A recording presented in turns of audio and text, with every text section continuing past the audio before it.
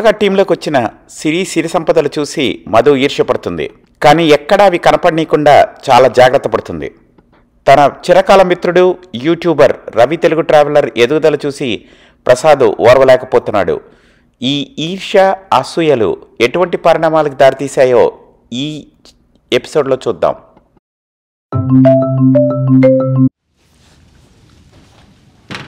స్వాతి, ఏంటి పిలిచావు? అవును, మనకి మంత్లీ రిపోర్ట్స్ కొత్త ఫార్మాట్లో కావాలి కదా.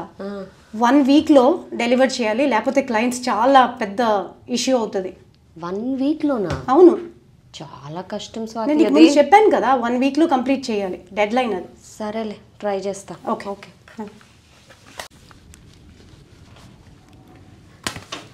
అబ్బా, మళ్ళీ ఇచ్చింది. ఈ రిపోర్ట్స్ చాలా కష్టం. 1 వీక్ పడతాయి, కానీ 3 డేస్లో ఇచ్చేయాలంట. ఇదిగో ఇవే మంత్లీ రిపోర్ట్స్, చాలా కాంప్లెక్స్. అసలు వారం అయితే మినిమం పడుతుంది. నేనేమన్నా హెల్ప్ చేయగలనా? నన్ను హెల్ప్ చేయమంటారా? ఇది ఏ టూల్స్ యూస్ చేసి ఈజీగా చేసేయచ్చండి. నీకు ఏ టూల్స్ వచ్చా? యా, ఏముందిలే, ఇండియాలో ఎక్స్పర్ట్స్ ఉంటారు, నేర్చుకొని ఉంటావు డబ్బులు పడేసి.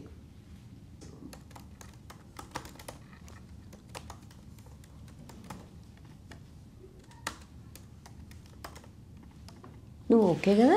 నువ్వు హ్యాండిల్ చేస్తావు కదా? Yeah, it's easy for me.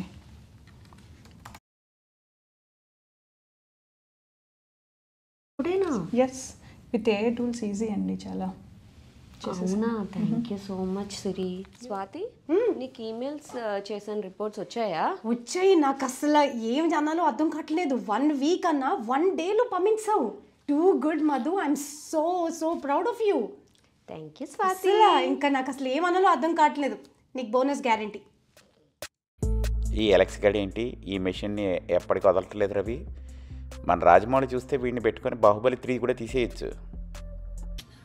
All good. తర్వాత వెనిజువేలా వెళ్ళొచ్చాం లాస్ట్. కొత్త కంట్రీ వెళ్ళిపోయాక 190 చేసాం. మీకు తెలుసు, ఆ సర్టిఫికేషన్ అయిపోయింది నోమాడ్ మ్యాన్ అది. సో ప్రపంచం మొత్తంలో 8.5 బిలియన్ అంటే 850 కోట్ల ప్రజల్లోని మనం ఒక 400 కన్నా తక్కువలోని మనం ఒకటి ఉన్నాం. ఓకే, సో ఇది అయిపోయింది. ఇంకా ఏం చేయాలా అని ఆలోచిస్తున్నాం గురూజీ. సో ఆర్కిటిక్ సర్కిల్ అయిపోయింది, నార్త్ పోల్ దగ్గరగా ఆర్కిటిక్ సర్కిల్. ఇప్పుడు అంటార్టిక్ కూడా చేసేస్తే ప్లాన్ చేస్తున్నాం ఫ్యామిలీ. అంటార్టికా కూడా వెళ్ళిపోతే 7 ఖండాలు, అన్ని దేశాలు, అన్ని రాష్ట్రాలు అమెరికాలో, ఇవన్నీ అయిపోయాయి కదా. So feeling good. ఆ తర్వాత ఎర్లీ రిటైర్మెంట్ తీసుకున్నాం. Life is going good. So మీకేముంది బాబు, మీ ఆవిడ అన్ని అలౌ చేస్తుంది, ఎక్కడ పడితే అక్కడికి వెళ్తావు. నాకంటే లంపటం, 4 పిల్లలు, వీళ్ళందరితో బయలుదేరి వెళ్తాం. 2 పిల్లలు అంటే 4 టికెట్లు కదా. నేను, నా భార్య, పిల్లలు, ఈ 4 వెళ్ళేసరికి నా తల ప్రాణం తక్కువచ్చేస్తుంది. అంటే లేకపోతే నేను కూడా చేసేవాడిని తెలుసా. అవునా? పొద్దున్న 8:30 అయ్యింది, ఇంకా నిద్ర లేవలేదు. ఈరోజు ఏంటి సెలవు పెడుతున్నావా ఏంటి ఆఫీస్కి? లేదు, వర్క్ చేస్తాను. ఆ కొత్త అమ్మాయి వచ్చింది కదా, ఆ అమ్మాయి చాలా నాలెడ్జబుల్ గా ఉంది. ఆ అమ్మాయిని వాడదామని డిసైడ్ అయ్యా. సరే కానీ సాయంత్రం పార్టీ ఉంది, తొందరగా వెళ్ళాలి. నువ్వు తొందరగా రావాలి అంటే ఇప్పుడు ఆఫీస్కి తొందరగా వెళ్ళాలి. అవును మధు, ఈ మధ్య ఈ నటరాజు నీరజ అప్డేట్స్ ఏం లేవేంటి? ఎక్కడికి వెళ్ళటలేదా వీళ్ళు, లేక వేరే ఇండియాకి వెళ్ళారా? నీకు అప్డేట్ తెలియదా? వాళ్ళిద్దరూ డివోర్స్ ఫైల్ చేశారు. నిజమా? అవును. నేను ఇన్స్టాగ్రామ్ ఒక్కటే చూస్తున్నాను కానీ వాళ్ళ గూగుల్ సెర్చ్ ఏముందో మనకు తెలియదుగా.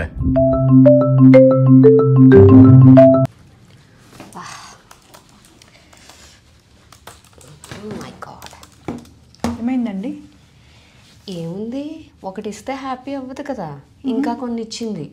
ఓ, మళ్ళీ ఎలా చేయాలో, ఇవి ఎన్ని రోజులు పడతాయో. నేను చేయనా? నేను హెల్ప్ చేయమంటారా? నువ్వు చూస్తావా? Yeah, sure. ఓకేనా నీకు? Yeah, of course. Sure. So ఇదా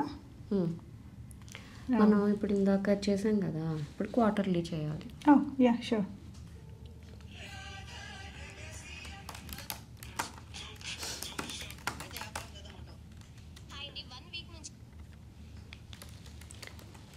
నేను నెయిల్స్ చేసుకుంటే నీకేం ప్రాబ్లం లేదు కదా? Yeah, ఈవినింగ్ పార్టీ ఉంది. Oh, okay. Yeah, sure. I'll finish it. No worries.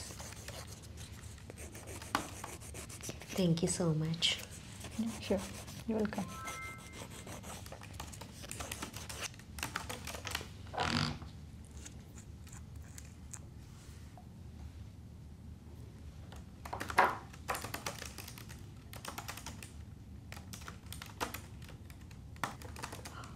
అమ్మో 5 అయిపోయింది, నేను పిల్లల్ని పికప్ చేసుకోవాలి. సో నువ్వు చేసినంతసేపు చేసేసి రేపు పొద్దున 8 o'clock వచ్చి చేస్తావా? నేను కొంచెం పిల్లల్ని డ్రాప్ చేసుకుని వంట చేసుకొని 9-9:30కి వస్తాను. ఓకే కదా? మధు, నీకు అడగడం మర్చిపోయాను, కొత్త అమ్మాయి సీరియల్ ఎలా చేస్తుంది?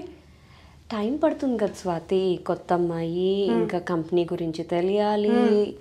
యాక్చువల్గా నాకు 4 hours అయిపోయేది రిపోర్ట్. తనకి ట్రైన్ చేయడం మూలంగా నాకు 1 day పట్టింది. నువ్వు ఎలాగో దగ్గరుండి ఇంకా బాగా చెప్పు, కానీ చేసేస్తావు పాప, నీకు కష్టం అయిపోతుంది కదా. సరే, ఇదంతా రిపోర్టింగ్ అంతా అయిపోయిన తర్వాత వెకేషన్ తీసుకో. ఓకే సరే.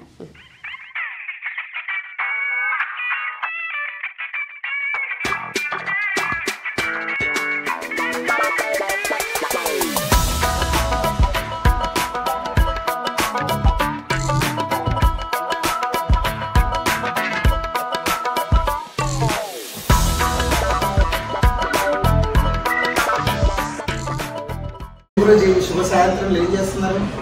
ఏం లేదు గురుజీ, వంట అయిపోయింది, ఇంటికి వెళ్దామనుకుంటున్నా. ఈ మన రవి ఉన్నా చూసారు, 195 గంటలు తిరిగాను అంటుంటాడు. తిరిగాడు కానీ అంటే మీరు నేనైనా తిరగలం కదా, దానికి ఒకే ఉంది. అంతే కదా గురుజీ, మనం అయితే ఫ్యామిలీతో వెళ్తాం కాబట్టి 4 టికెట్లు కొనాలి. మనం ఒకటే సోలో బతికే సో బెటర్ స్టైల్లో ఒక్కరు లింక్ పడుతూ వెళ్ళిపోతాడు.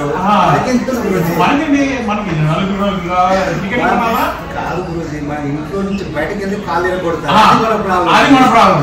అది ఆయన పార్టీ ఉంది కాబట్టి నడుస్తుంది. మనకేంటి పరిస్థితి? స్వాతికి దండం పెట్టాలి గురుజీ, లేకపోతే ఇక్కడ ఈజీగా.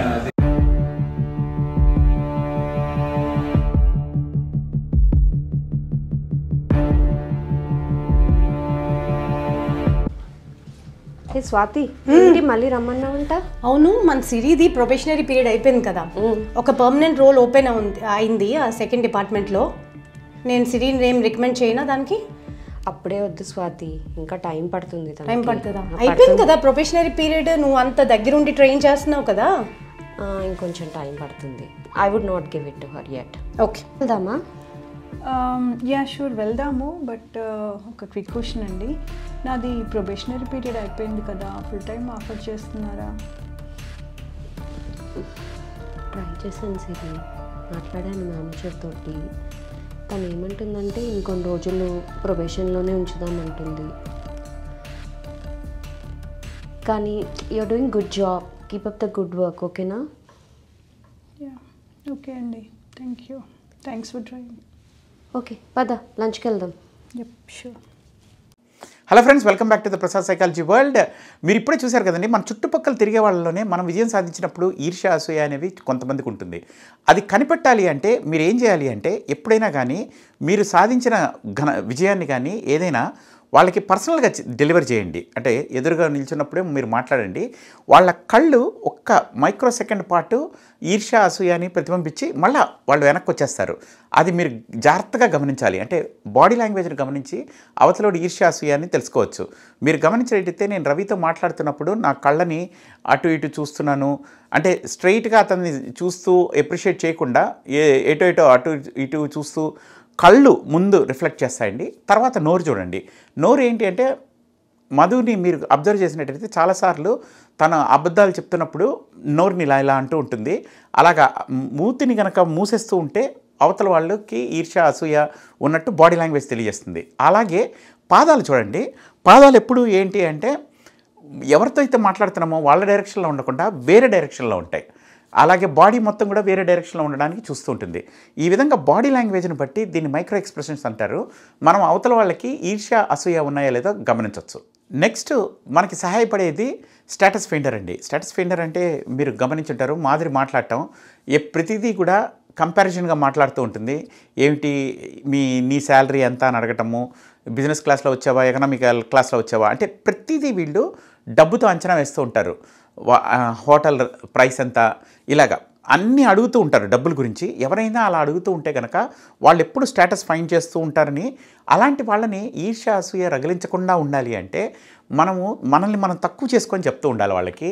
అబ్బే ఏం లేదండి, ఈ హోటల్ చాలా చీప్గా వచ్చింది, డీల్లో వచ్చింది, ఇట్లా చెప్తూ ఉంటే వాళ్ళలో ఈర్ష్య ఇవి ట్రిగర్ కావన్నమాట. మీరు నా క్యారెక్టర్ చూస్తే దాన్ని లెవెలర్ అంటారండి. లెవెలర్ ఏంటి, వేరే పక్కన వాళ్ళల్లో ఇప్పుడు ఫర్ ఎగ్జాంపుల్ రవి 195 దేశాలు తిరిగాడనో ఎవరిదైనా అయినా ఏదైనా గొప్పతనం ఉంటే మనం మెచ్చుకోకుండా వాడేంటి నేను కూడా చేయగలను అని మనం లెవెల్ చేస్తామన్నమాట. నాకు ఆ చిన్నవి నేను అలాంటివి వాడి దానిలో కొన్ని లోపాలు ఉన్నాయి, ఆ లోపాల వల్ల వాడు చేయగలిగాడు, నేను కనుక అయితేనా ఇంకా బాగా చేయగలను అని లెవెల్ చేసే వాళ్ళని లెవెలర్స్ అంటారు. మీరు ఎవరైనా కనుక నేను కూడా చేయగలను అని ఇట్లా మాట్లాడుతుంటే వాళ్ళల్లో కూడా ఈర్ష్యాసూయలు ఉన్నట్టు గమనించాలి. టాపిక్లోనే మనం ఇంకోటి కవర్ చేసాము, నటరాజు అండ్ నీరజ అని. ఎప్పుడైనా గుర్తుపెట్టుకోండి, మనకు సోషల్ మీడియా అంటే ఫేస్బుక్, ఇన్స్టాగ్రాము, వాట్సాప్ వీటన్నిటిలో మనం బాగా వెళ్ళినవి ఫొటోస్ పెడతాం తప్పితే కనుక మన బాధలు అవి పెట్టము. దీని మీద సైంటిఫిక్ స్టడీ కూడా జరిగిందండి, సైకలాజికల్ రీసెర్చ్. వాళ్ళు ఏం చేశారంటే గూగుల్లో మనం సెర్చ్ చేసిన అంశాలు, మనం ఇన్స్టాగ్రామ్లో పోస్ట్ చేసిన అంశాలు ఏంటి అని చూస్తే క్వైట్ ఆపోజిట్ ఉన్నాయి. అంటే గూగుల్లో భార్యని ఎలా వదిలించుకోవటం అని చూసేవాళ్ళు ఇన్స్టాగ్రామ్లో నా భార్య దేవత అని పెడుతూ ఉండొచ్చు. సో అందుకని మీరు ఇన్స్టాగ్రాము, ఫేస్బుక్ చూసి మోసపోమాకండి. ఎందుకంటే గూగుల్ సెర్చ్ ఏం చెప్తుందో ఏం తెలియదు, నిజమేంటో ఎవరికీ తెలియదు. చుట్టుపక్కల వాళ్ళలో ఎన్వి ఉంటే కనుక అవి ట్రిగర్స్ కానికుంటే ఎలా కాపాడుకోవాలో, అండ్ ఎప్పుడైనా ఒకవేళ మీరు ఇవన్నీ గమనించి అవతలకి ఈర్ష్యాసూయ ఉంటే అవి ట్రిగర్స్ కానికుండా చూసుకోవటం ఒకటి. రెండోది, వాళ్ళని మన వైపుకి తెచ్చుకోవడానికి వేరే మార్గాలు ఉంటాయి, అవి ద్వారా వాళ్ళని మన వైపు తెచ్చుకోవచ్చు. అట్లా కాకుండా మనకే కనుక ఈర్ష్యాసూయ ఉంటే కనుక ఎవరైనా మనకన్నా బాగా పర్ఫామ్ చేస్తున్నారు, మంచిగా సాధించారు అంటే వాటిని మనం ఆదర్శంగా తీసుకోవడానికి ట్రై చేయాలి. అంటే వీళ్ళు 195 దేశాలు తిరిగారు అంటే దానికి కారణం ఏంటి, ఎంత కష్టపడ్డాడు, ఎలా సంపాదించాడు, అది మనం ఎలా చేయాలి అని రోల్ మోడల్ కింద తీసుకొని మనం ఇన్స్పిరేషనల్గా తీసుకొని మనం ముందుకెళ్ళచ్చు. ఆ విధంగా చేస్తే మనలో ఉన్న ఈర్ష్యాసూయాలు తగ్గుతాయి.